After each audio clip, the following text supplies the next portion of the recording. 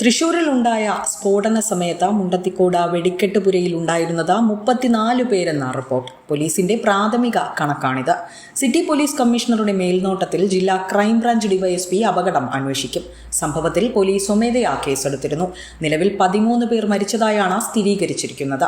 സ്ഫോടന സ്ഥലത്ത് നിന്ന് ശരീരഭാഗങ്ങളും കണ്ടെത്തി കഴിഞ്ഞു. ഇതിന്റെ DNA പരിശോധനകൾ നടത്തും. 9 CIമാർ ഉൾപ്പെടുന്ന സംഘമാണ് കേസ് അന്വേഷിക്കുന്നത്. ഇന്ന് 2 ശരീരഭാഗങ്ങളാണ് പ്രദേശത്ത് നിന്ന് കണ്ടെടുത്തത്. വീണ്ടും ശരീരഭാഗങ്ങൾ ലഭിച്ചതിനാൽ പാടശേഖരത്തിൽ 2 ദിവസം തുടർച്ചയായി തിരച്ചിൽ നടത്താനാണ് പോലീസിന്റെ തീരുമാനം. കടാവർ നായ്ക്കളെ ഉപയോഗിച്ചുള്ള തിരച്ചിലിലാണ് ശരീരഭാഗങ്ങൾ കണ്ടെടുത്തത്. അപകട സ്ഥലത്തും കുട്ടംകുളം പാടത്തും തിരച്ചിൽ പുരോഗമിച്ചു വരികയാണ്. ശരീരഭാഗങ്ങൾ തിരിച്ചറിയാൻ DNA പരിശോധന വേഗത്തിലാക്കുമെന്നും റവന്യൂ മന്ത്രി കെ രാജൻ അറിയിച്ചു. 11 പേരാണ് സ്ഫോടനത്തിൽ പരിക്കേറ്റ ഇപ്പോഴും ചികിത്സയിലുള്ളത്. 2 പേർ ഇതിൽ വെന്റിലേറ്ററിലാണ്. ചികിത്സയിലുള്ള 11 പേരിൽ 5 പേരുടെ നില അതീവ ഗുരുതരമായി തന്നെ തുടരുകയുമാണ്. കേന്ദ്രമന്ത്രി സുരേഷ് ഗോപി, മന്ത്രിമാരായ കെ രാജൻ, MP രാജേഷ് എന്നിവർ അപകടസ്ഥലത്ത് സന്ദർശനം നടത്തിയിരുന്നു. ന്യൂസ് ഡെസ്ക് വിസ്മയ ന്യൂസ്.